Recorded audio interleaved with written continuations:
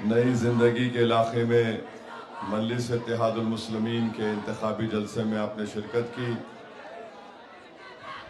मैं माजरत चाहता हूँ मस्जिद रज़ाए मुस्तफ़ा कमेटी से भी कि प्रोग्राम में ये था कि मैं यहाँ पर आकर नमाज जुमा अदा करूँ, मगर ये मेरी बदकिस्मती रही कि मैं सफ़र में हूँ और आने में बड़ी देर हुई और फिर मुझे यहाँ से फ़ौरन निकलकर नांदेड़ को जाना है।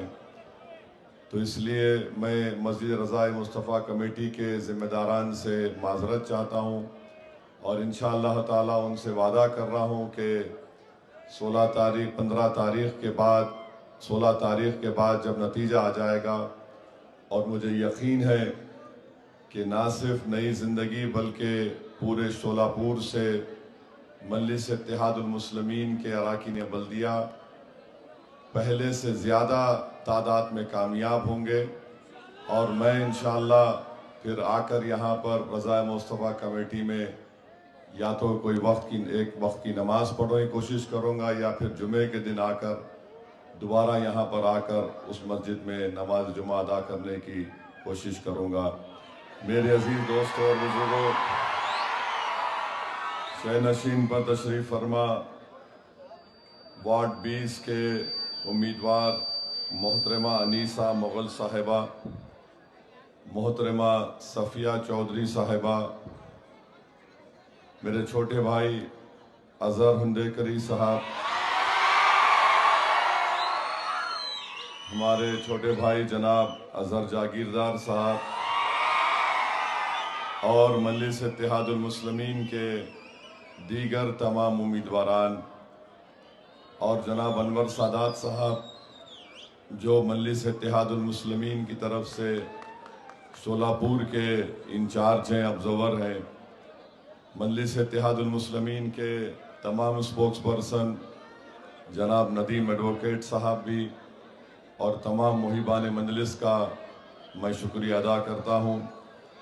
मेरे अजीज़ दोस्तों और बुज़ुर्गों, ये नई ज़िंदगी का इलाक़ा है और बरसों पहले आपने यहीं से ही मजलिस इत्तेहादुल मुस्लिमीन को एक नई ज़िंदगी, सियासी ज़िंदगी आपने अपनी दुआओं से रोड से दी थी और कामयाबी के साथ शोलापुर में मजलिस इत्तेहादुल मुस्लिमीन का सफ़र चल रहा है। तो मैं आप तमाम से फिर से गुजारिश करने के लिए आया हूँ कि आज आपको इस इलाक़े के विकास के लिए, इसको तरक्की याफ्ता इलाक़ा बनाने के लिए और सबसे बड़ी बात यह है कि आपको अपनी लीडरशिप को मजबूत बनाने के लिए मैं आपसे दरख्वास्त करने के लिए दोबारा आया हूँ कि आपको 15 तारीख़ के दिन अपने एक वोट का इस्तेमाल मजलिस इत्तेहादुल मुस्लिमीन के पतंग के निशान पर करना है। आपको इस प्रभाग में 4 वोट डालना है। जहाँ पर पतंग का निशान होगा वहाँ पर आपको बटन दबाना होगा और मैं जानता हूँ कि बीजेपी, आरएसएस, अजीत पवार, शिंदे के लोग इस नई ज़िंदगी के इलाके को बदनाम करते हैं और यहाँ पर रहने वालों से नफरत करते हैं। मगर सुन लो अजीत पवार, सुन लो शिंदे, फडणवीस और आरएसएस के लोग, ये इलाका असदुद्दीन ओवैसी को बहुत पसंद है। ये इलाका शोलापुर का दिल है। इस इलाके में रहने वाले लोग गयूर हैं, बेबाक तरीके से काम करते हैं और मैं आपसे वादा कर रहा हूं कि ये लोग अगर फिर से दोबारा इस इलाके के बारे में कुछ अनाप शनाप बकेंगे तो फिर याद रखो मैं तुम्हारे बाप के बारे में अनाप शनाप बोलना शुरू कर दूंगा। ये एक मुअज़्ज़िज़ इलाका है। अगर किसी इलाके में अल्पसंख्यक समाज के मुसलमान रहते हैं तो यकीनन तुम्हारी सोच और फिक्र में नफरत भरी हुई है, इसीलिए तुमको तकलीफ होती है। मगर तुमने कभी यहाँ पर आकर झांक कर देखा कि कैसा किस तरीके से इन लोगों की नफरत की वजह से यहाँ पर पीने के पानी का भी इंतज़ाम बराबर नहीं किया जा सका। मैं आपसे वादा कर रहा हूँ नई ज़िंदगी की आवाम से, आप मजलिस-ए-इत्तेहादुल मुस्लिमीन के इन चारों उम्मीदवार को कामयाबी के बाद इंशाअल्लाह ताला यहाँ पर 16 इंच की पानी की एक नई लाइन डाली जाएगी ताकि सही तरीके से, अच्छे तरीके से साफ पीने का पानी यहाँ के नई ज़िंदगी के जनता को हम मुहैया कराएंगे। और अगर पानी नहीं मिलेगा तो फिर याद रखो हम पानी दौड़ाने का काम भी कर सकते हैं, तो ये काम इंशाअल्लाह ताला होगा। यहाँ पर आप जानते हैं कि नई ज़िंदगी से शुगर फैक्ट्री की एक रोड का मामला है, इंशाअल्लाह ताला वो रोड का काम भी मजलिस के तमाम अराकीन बल्दिया कॉरपोरेटर कराएंगे। मैं आपसे इसका वादा कर रहा हूँ। और साथ ही साथ इंशाअल्लाह ताला इन तमाम 4 कॉरपोरेटर ने मुझसे कहा है कि वो एक फ्री एम्बुलेंस का भी इंतज़ाम यहाँ पर नई ज़िंदगी में करेंगे, ताकि अगर कोई बीमार हो जाता है तो उसकी जान बचाने के लिए, उसको तिबी इमदाद पहुँचाने के लिए जल्द से जल्द अस्पताल पहुँचाने की कोशिश होगी। तो इंशाअल्लाह ताला ये काम भी होगा। और मैं जानता हूँ कि नोटरी है यहाँ पर, प्रॉपर्टी का कार्ड नहीं मिलता। इंशाअल्लाह ताला इसके लिए पूरी शोलापुर की मंजलिस की यूनिट और इम्तियाज़ जलील साहब जो महाराष्ट्र के सदर हैं, वो आकर शोलापुर में यहाँ पर गवर्नमेंट के हुकूमत के अहदेदारों से मुलाकात करेंगे और पूरी कोशिश करेंगे। और अगर हुकूमत हमारी इस बात को नहीं कबूल करेगी तो फिर हुकूमत को एक अवामी एहतजाज के लिए तैयार रहना पड़ेगा। ये काम इंशाअल्लाह ताला होना ज़रूरी है। वहीं पर मैं मजलिस-ए-इत्तेहादुल मुस्लिमीन के तमाम अराकीन बल्दिया से ये अपील करूँगा कि वो अपनी कामयाबी के बाद नई ज़िंदगी में इस इलाक़े में तालीम के ऊपर ख़ास तौर से तवज्जो दीजिए। याद रखिए, अगर हम तालीम के मैदान में अपने बच्चों को और ख़ास तौर से अपनी बेटियों को पढ़ाएंगे तो यही हमारा मुस्तक़बिल है। आज हम रहे या ना रहें, मगर अगर हम अपनी आने वाली नस्ल को ताकतवर बनाना चाहते हैं तो दौलत से कोई ताकतवर नहीं होता, तकरीर करने से कोई ताकतवर नहीं होता। ताकतवर वही कहलाता है जिसके पास अच्छे अखलाक हों। और अच्छे अखलाक कब आते हैं? जब वो तालीम के जेवर से आरास्ता होता है। तो ये हमारी जिम्मेदारी है कि हम अपने नन्हे मुन्ने बच्चे और बच्चियों को तालीम के जेवर से आरास्ता करें। और इत्तेफाक की बात यह है कि आज 9 जनवरी है। आज से 208 साल पहले एक खातून को अल्लाह ने पैदा किया था जिसका नाम फातिमा शेख था। वो फातिमा शेख पूना में पैदा हुई। और फातिमा शेख कौन थी? ये वो खातून थी जिसने महात्मा ज्योतिबाई फूले और सावित्रीबाई फूले के साथ अपना घर दिया था, लाइब्रेरी बनाई थी ताकि दलित लोगों को तालीम के जेवर से आरास्ता किया जाए। जिस तरह आज ये जालिम लोग नई जिंदगी की जनता को और मुसलमानों पर इल्ज़ाम लगाते हैं, ये मनुवादी जहन के लोग उस वक्त भी थे और आज भी हैं। उस वक्त ये आलाजात के लोग नहीं चाहते थे कि दलितों के बच्चे और बच्चियां तालीम हासिल करें। ये फातिमा शेख वो बहादुर औरत थी जो घर घर जाकर दलित परिवार के लोगों से कहती थी कि आओ, महात्मा ज्योतिबाई फूले ने और सावित्रीबाई फूले ने स्कूल खोला है, अपने बच्चों को तालीम के जेवर से आरास्ता करो। मेरी कोशिश यही होगी कि जो काम कई बरसों पहले 1831 की बात कर रहा हूं, महात्मा ज्योतिबाई फूले के साथ फातिमा शेख थी। उसी तरीके से उसी नहज पर हमको इस इलाके में मुसलमानों के बच्चे और बच्चियों को पढ़ाना है और सियासी ताकत का इस्तेमाल यकीनन पीने के पानी, रोड, ये तमाम मसाइल को हल करने के साथ साथ हमको अपने बच्चों को तालीम से जोड़ना ज़रूरी है।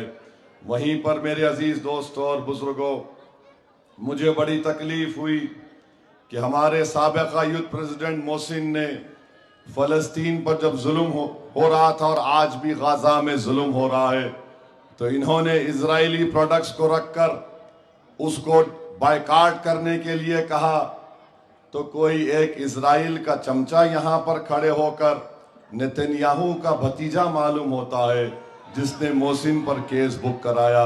अरे जालिम, तू नेतन्याहू का भतीजा है क्या, जिसने 60,000 मासूम लोगों को मरवा दिया? मगर मोहसिन ने जो काम किया, अच्छा किया, अल्लाह आपको इज्जत से नवाजेगा। अगर कोई मासूम लोगों के कत्ल पर आवाज नहीं उठाएगा तो फिर क्या फायदा? केस बुक कराने वाले का नाम आज से नेतन्याहू का भतीजे के नाम से आप लोग पुकारेंगे इंशाअल्लाह उसको। मेरे अजीज दोस्तों और बुजुर्गों, एक और मसला है, यहाँ पर अस्पताल की ज़रूरत है। मैं भी बात किया हमारे मजलिस के अजहर हुंडेकरी साहब से, इंशाअल्लाह ताला एक और अस्पताल बनाने की यहाँ पूरी कोशिशें की जाएगी। तो मैं आपको ये अपील कर रहा हूँ कि 15 जनवरी के दिन आप अपना एक वोट मजलिस इत्तेहादुल मुस्लिमीन के हक़ में इस्तेमाल करिए।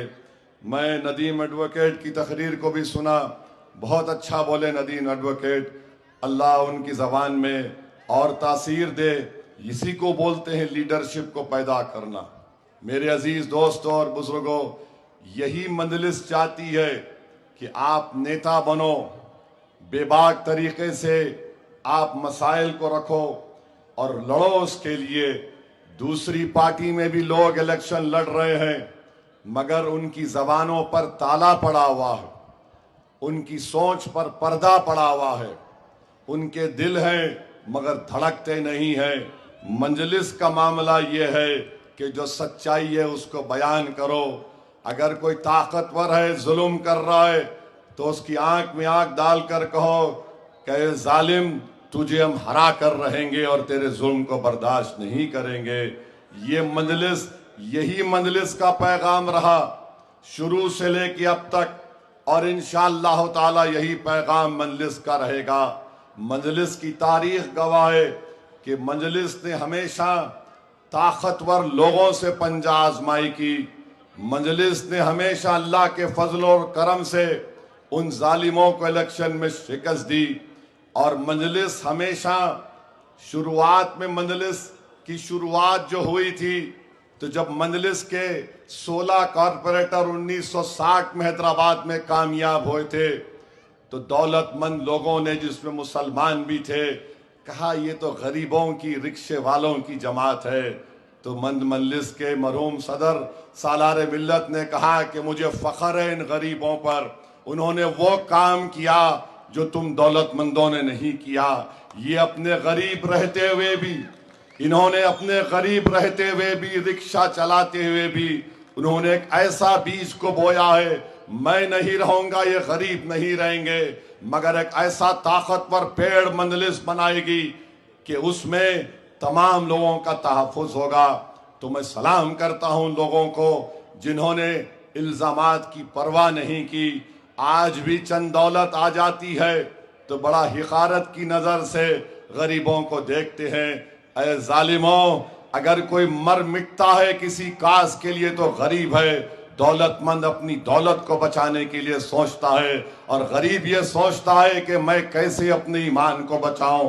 गरीब ये सोचता है कि कैसे मैं अपने ईमान को बचाऊं, कैसे मैं अपनी इज्जत को बचाऊं और कैसे मैं तमाम लोगों की चीजों को देखकर एक गरीब अपने सब चीज को कुर्बान करने के लिए आगे बढ़ता है। तो मेरे अजीज दोस्तों और बुजुर्गों, मजलिस गरीबों से शुरू हुई और अल्हम्दुलिल्लाह आज भी मजलिस इत्तेहादुल मुस्लिमीन गरीबों के काज को सबसे ज्यादा तरजीह देती है। तो मेरे अजीज दोस्तों और बुजुर्गों, डरने और घबराने की जरूरत नहीं है। बहुत से लोग बहुत सी बातें करते हैं, मगर मुझे बताया गया कि कोई ये बोला कि मेरी शेरवानी पे हाथ लगाएगा। देखो भाई साहब, याद रखो, छेड़खानी नहीं करना। तुम्हारा जो सियासी बाप अजीत पवार है ना, उसको जाके बोलो, सामने बैठो, बोलो मेरे 3 मिनट में गूंगा बना के भिजा देता हूं उसको। ये इस तरह के बातें नहीं करना। भारत की 540 सुनो, हाँ सब है पूरे है। भारत की 540 की पार्लियामेंट में जब हम बोलते तो जिसको खुजली होती है उन्होंने हमारे को खुजा लेता हमारे से। तो इस तरह की बातें मत करो। अपनी गुलामी कर रहे, गुलामी कर लो। तुमको कुछ मिठाई मिले खा लो। याद रखो, मेरे को बोलने से तुमको मिल रहा तो तुम्हारा बास मैं हूं, तुम मेरे को ज्यादा बोलेंगे, दुकान तुम्हारी बंद।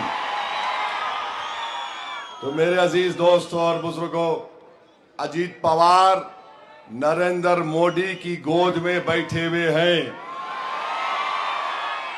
अजीत पवार को वोट देने का मतलब नरेंद्र मोदी को वोट देना है। अजीत पवार को वोट देने का मतलब यह है कि हम वक्फ के कानून की मुखालिफत नहीं कर रहे बल्कि तायीद कर रहे हैं। अजीत पवार को वोट देने का मतलब यह है कि हम मोदी को उसके साजिश में, उसके प्रोग्राम में कामयाब होने दे रहे हैं कि वो मस्जिद को छीनने का कानून बनाया है। मस्जिद अजीत पवार की नहीं है, मस्जिद नई जिंदगी के रहने वाले गयूर लोगों की है।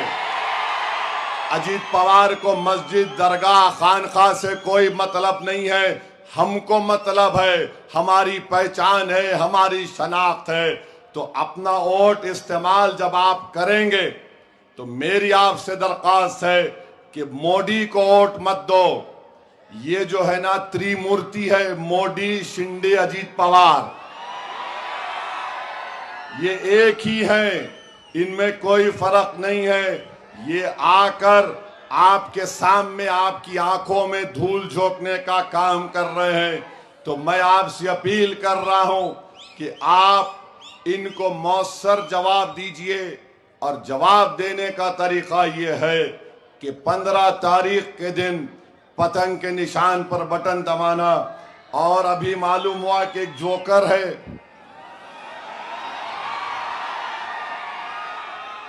प्रभाग नंबर 22 से अजीत पवार का कैंडिडेट बना है। अबे अपने बाप का नाम लेना, मेरा नाम क्यों ले रहा तू है? बोल रहा कि मेरे को एक वोट दे दो, 3 पतंग को दे दो। तू अपने बाप का नाम बोल, सियासी बाप तेरा कौन है? हम अपनी पार्टी के नाम पे वोट मांग रहे हैं। प्रभाग नंबर 22 के लोगों से अपील कर रहा हूं, पतंग को वोट देना, ये दुम छल्ले जोकरों को नहीं देना। आप जरा तो शर्म रखो, जरा तो शर्म रखो। कुछ नहीं, एक मेरे को दे दो, 3, अरे 3 नहीं, 4 नहीं, बल्कि पूरे 50-60 हजार वोट पड़ने वाले पतंग के नाम पर इंशाअल्लाह ताला। यानी अभी से मालूम हो गया उनको कि अजीत पवार का नाम लिए तो टाटा बाबा खींच देने वाले हैं लोग। अब ऐसा ही होने वाला है। 15 तारीख को कोई नहीं रहेगा। तुम ये 22 नंबर, हाँ, और एक मेरे कोई बोले प्रभाग नंबर 16 में भी हमारी बहन लड़ रही। बहरहाल जहां भी मजलिस के उम्मीदवार है, आपको पतंग के निशान पर बटन दबाना है। आप दबाएंगे ना? मजलिस को मजबूत करो। असदुद्दीन ओवैसी आज है कल नहीं रहेगा, ये जिंदगी की हकीकत है। मगर मजलिस के पैगाम को समझो मेरे भाई, मजलिस को लेकर आपको आगे बढ़ना है। मजलिस चाहती है कि शोलापुर से और नेक और काबिल लोग निकलें, चाहे वो हमारी बहन हो, बेटी हो, भाई हो, कोई भी हो, जो लीडर बन सके। याद रखो ये काम हमको करना है, कोई आसमान से अब कोई आने वाला नहीं है, हमको ये काम करना है। और मैं जिम्मेदारी के साथ कह रहा हूं कि जो मौजूदा मजलिस के शोलापुर में अरकान है, मैं उनमें काबिलियत देख रहा हूं, मैं उनमें जज्बा देख रहा हूं, और वो बेबाक तरीके से आपकी नुमाइंदगी करने का हक अदा करने की उनमें पूरी सलाहियत है। तो मेरी आप तमाम से, बुजुर्गों से, उलमाए कराम से, खास तौर से अहले दिल हजरात से ये आपसे अपील है कि आप 15 तारीख के दिन मजलिस इत्तेहादुल मुस्लिमीन को देकर कामयाब करिए। याद रखिए, सोलापुर को हम पुणे की तरह खूबसूरत बना सकते हैं, मगर ये लोग, बीजेपी के लोग इतने सालों से सोलापुर में बैठे हुए हैं, कुछ काम नहीं कर रहे हैं। यहाँ पर है, यहाँ की रजाई इतनी मशहूर, जीआई टैग उसको हासिल है, कुछ नहीं होता। हर चीज में आप देखो, अब इलेक्शन आ गया तो बोल रहे नहीं मेयर उन्हें बनेगा, मेयर इन्हें नहीं बनेगा। अरे बाबू, पाकिस्तान के संविधान में लिखा हुआ है कि सिर्फ एक ही मजहब का आदमी पाकिस्तान का प्राइम मिनिस्टर या सदर बन सकता है। बाबा साहिब अम्बेडकर का जो संविधान है वो ये कह सकता है कि कोई भी भारत का नागरिक वजीर आजम बन सकता है, सदर जमहूरिया बन सकता है, चीफ मिनिस्टर बन सकता है, मेयर बन सकता है। और असदुद्दीन ओवैसी का ख्वाब यह है कि एक दिन आएगा इस देश में इंशाअल्लाह ताला, शायद हम और आप नहीं रहेंगे, मगर देखना एक हिजाब पहनने वाली बेटी इस देश की वजीर आजम बनेगी इंशाअल्लाह ताला। हम नहीं रहेंगे, शायद हम जमीन में जाकर हमारी हड्डियां भी घुल जाएंगी, मगर देखना एक दिन वो दिन आएगा।